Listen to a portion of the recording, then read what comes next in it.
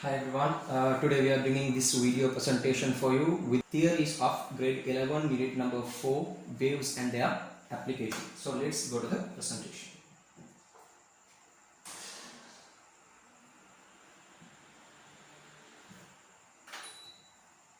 Right, the very first thing, vibrations and waves. So the basic of this lesson is the term vibration. That is, all types of waves are formed due to vibrations. All types of waves are formed due to vibration. So what is this vibration? A vibration means back and forth motions. The back and forth motions. That means if a particle is moving forward and backward, up or down, side aside, being at the same point, that is called vibration. So actually it is not moving from one point to another as the ending point. So moving up and down, coming back to the same point, that is called a vibration. For example, just imagine of a pendulum of the wall clocks. Once you observe that, you could see the pendulum will be moving up and down both sides and will be coming back to the same point. So this is called vibration. Okay. Now we are coming for the second word, waves. So due to vibrations, what waves are formed? So a wave we define as a disturbance propagating through a medium or space is known as a wave. So next we are coming for types of waves. So these waves we can divide into two major topics. It is based on whether they need a material medium to propagate or not. So accordingly, if they need a material medium to propagate, to transmit, that is called a mechanical wave. If they do not require material medium to propagate, that is called electromagnetic waves. So mechanical waves, there are two types, transverse waves and longitudinal waves. And electromagnetic waves, there are 7 types: radio waves, microwaves, infrared rays, visible light rays, ultraviolet rays, X-rays and gamma rays. So these are the 7 rays in order. So these rays are what you are going to learn in this lesson. So one by one in detail we are going to learn. Okay. So we'll take the first topic, mechanical waves. So we said mechanical waves means they are the waves which need a material medium to propagate. Okay, so they are called mechanical waves. There are 2 types of mechanical waves based on, as I said earlier, based on the motion of particles, vibration of particles. So that is transverse wave and longitudinal wave. Transverse waves. You see the diagram given there here, right? The direction of the wave is shown by this horizontal arrowhead. When the wave is moving in one direction, okay, the particles are moving perpendicular to the wave motion. You can see particles are moving, vibrating up and down. So let me take this point.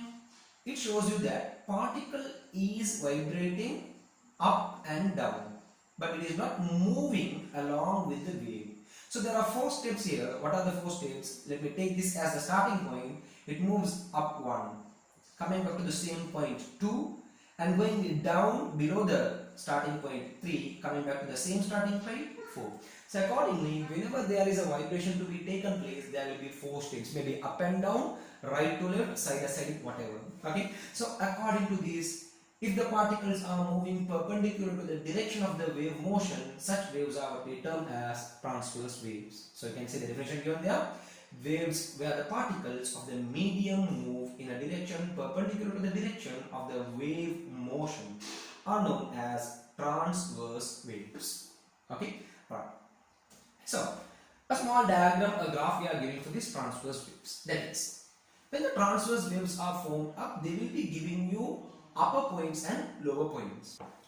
You see here, this is a starting point. It's moving up 1, coming back to the starting point 2, going down 3, coming back to the starting point 4. So accordingly, you can see there is a maximum displacement of the particle to the upper point, and that is called a crest. So these are the upper maximum displacements, we name them as crest. And these are the lower maximum displacement, and they are what we term as troughs. So transverse wave forms crest and troughs when they are propagating. So they propagate forming crest and trough. Okay, and What about these longitudinal waves? So these are the waves. You can see the direction of the wave given here, like the same way horizontally. Earlier we said the particles are moving up and down, perpendicular, but here the particles are moving parallel. We can say that particles are moving parallel. So if the particles are moving parallel to the direction of the wave, such waves are what we term as longitudinal waves. So the definition you can see there, waves where the particles of the medium move in a direction parallel to the direction of the wave motion are known as longitudinal waves.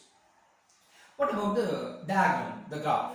You see, longitudinal waves form compressions and rarefactions. Earlier in the transverse wave we said crest and troughs, and here in the longitudinal waves we say compressions and rarefactions.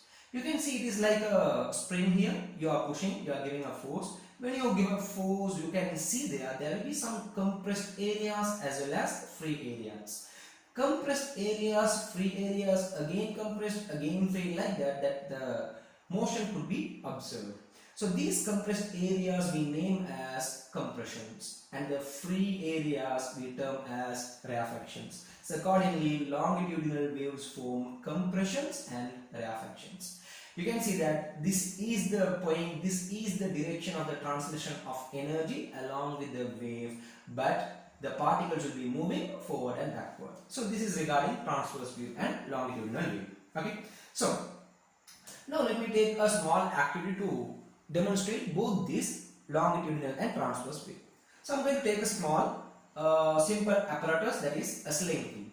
So this slinky we are using in physical laboratories. Okay. I'm keeping this slinky like a spring, a long spring alike. We are keeping on a horizontal surface. You can see the directions given here. These are the directions we are going to move this slinky. Before doing that, what I am going to do now, you can see some particles tied up here. These are some ribbon bands. Okay, 4 ribbon bands I am connecting with. So at this point, I am going to move along these 2 directions. When I am moving, I can see the wave will be propagating, forming crest and trough. Let me take these points as crest, upper points. This becomes the lower points, troughs. So forming up crest and troughs, this wave will be propagating, but I can observe these bands will not be moving along the wave, but they vibrate up and down, being at the same point. Hope you could understand, right? The ribbon bands or the rubber bands that we have connected here will be moving up and down, being at the same point, will never ever be moving along with the wave. So this shows you that in a transverse wave, when the wave is moving, propagating in one direction, perpendicular to that, particles will be moving up and down. It's clear, right? Same way we are going to take another activity to demonstrate longitudinal waves. You can see here too, there is one ribbon band or a rubber band connected here. Okay, I'm going to apply the force. When I'm applying the force over the slinky, I could see there will be compressions, rarefactions, compressions, rarefactions will be forming. So the wave will be moving along this direction. I can see this ribbon band, the rubber band, okay, will be moving only, will be vibrating only forward and backward, and will be coming back to the same point. It will never be moving to any of these ends. So accordingly, this shows you that in a longitudinal wave, okay, if the wave motion is in one direction, parallel to that, particles will be moving, will be vibrating. So these are the 2 types of waves we take under mechanical waves. So the summary of these: transverse waves, they are the waves where the particles move perpendicular to the direction of the wave motion. Longitudinal waves, they are the waves where the particles move parallel to the wave motion. Okay, right. So furthermore, we are going to take a small comparison between these transverse waves and longitudinal waves. You see here, these are the 2 diagrams that we have considered. Transverse wave. Particles move perpendicular to the direction of wave propagation. That's correct, right? Particles will be moving up and down perpendicular to the direction of the wave propagation. And here the particles move parallel to the direction of wave propagation. They will be moving forward and back. Transverse wave propagate, forming crest and troughs. Upper maximum and lower maximum points will be formed.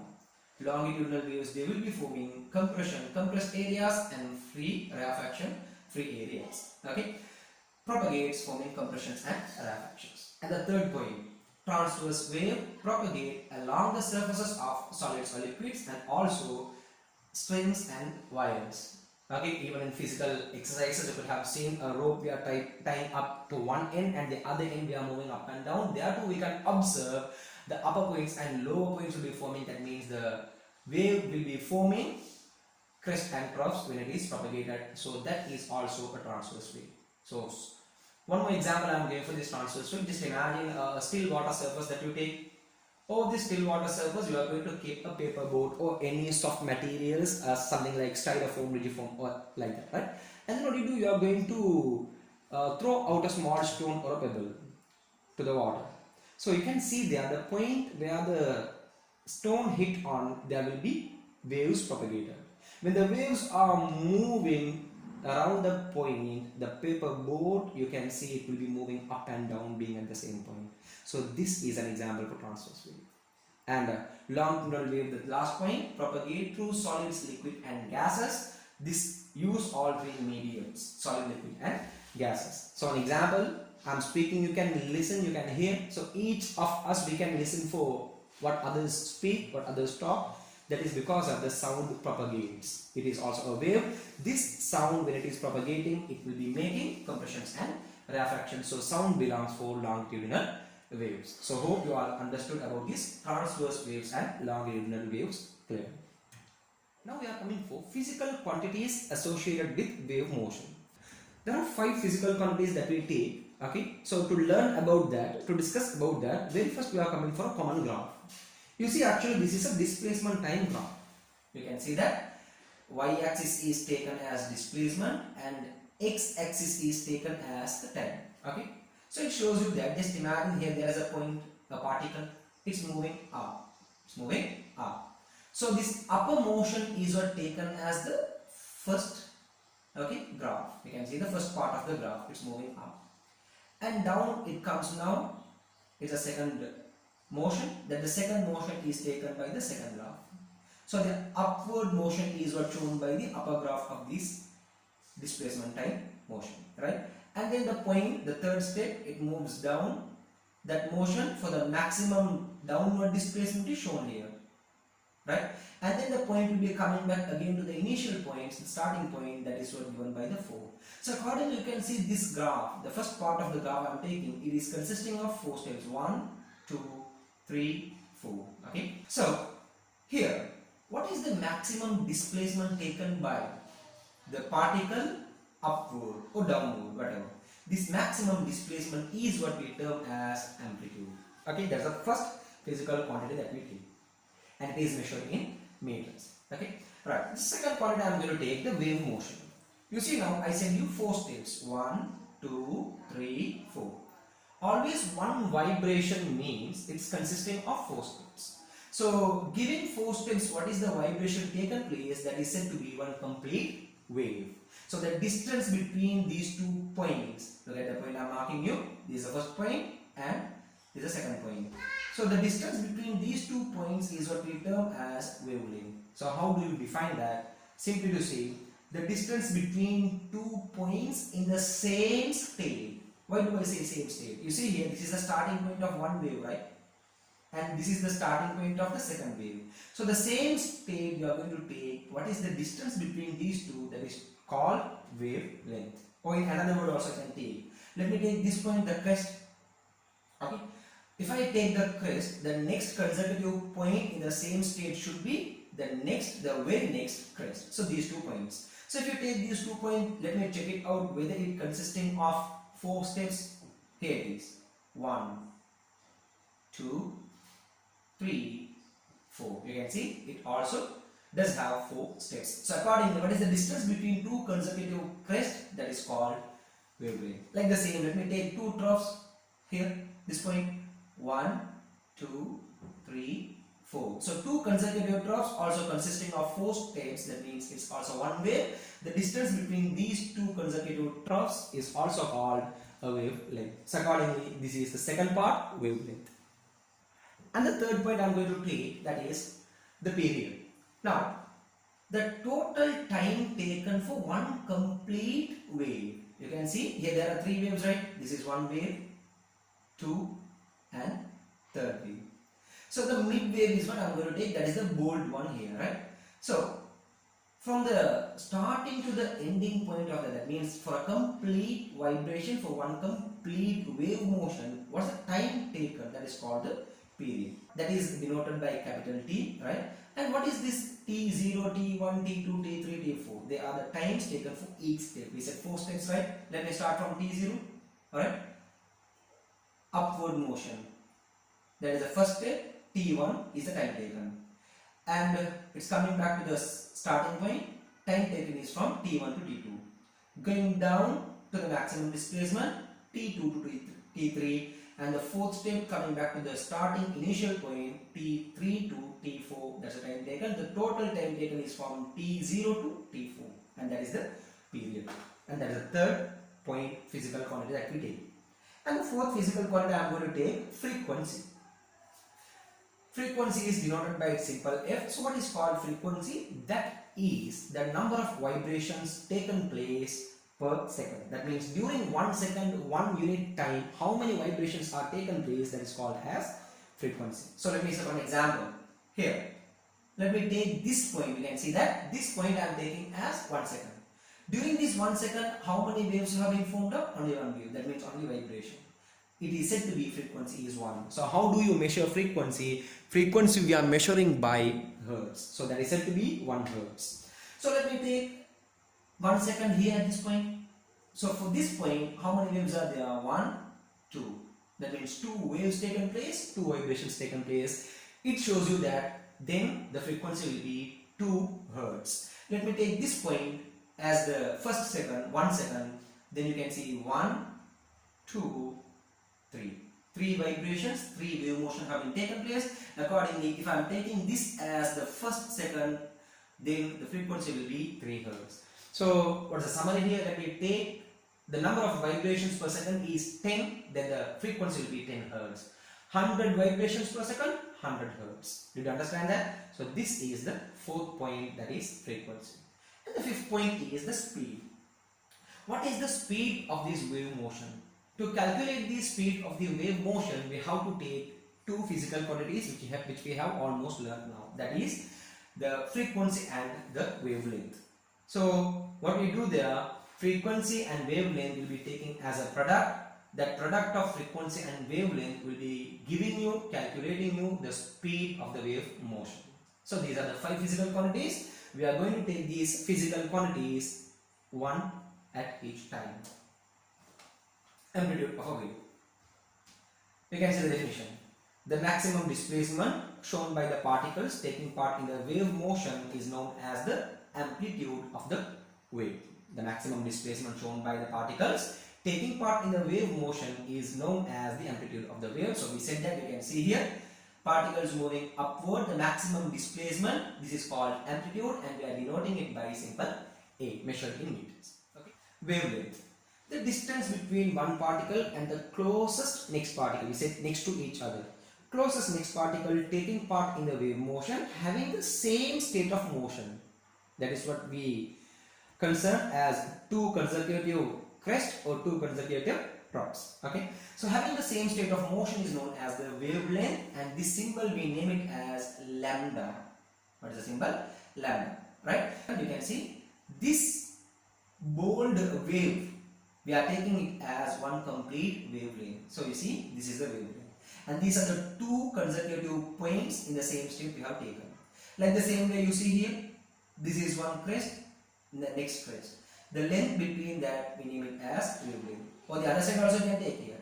These 2 points you take, this is also one wavelength. Okay. And troughs you take, one trough, the consecutive trough, the distance between that is called wavelength. Alright. So this wavelength we will be defining in 2 different ways based on whether it is a transverse wave or a longitudinal wave. So that is what we are going to take now. Wavelength of a transverse wave. You see there. The distance between 2 consecutive crests or 2 consecutive troughs in the wave motion is known as the wavelength. We have learned that now transverse waves will be propagating, forming crest and trough.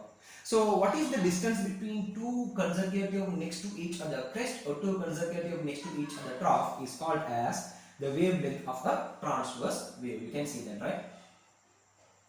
Same way.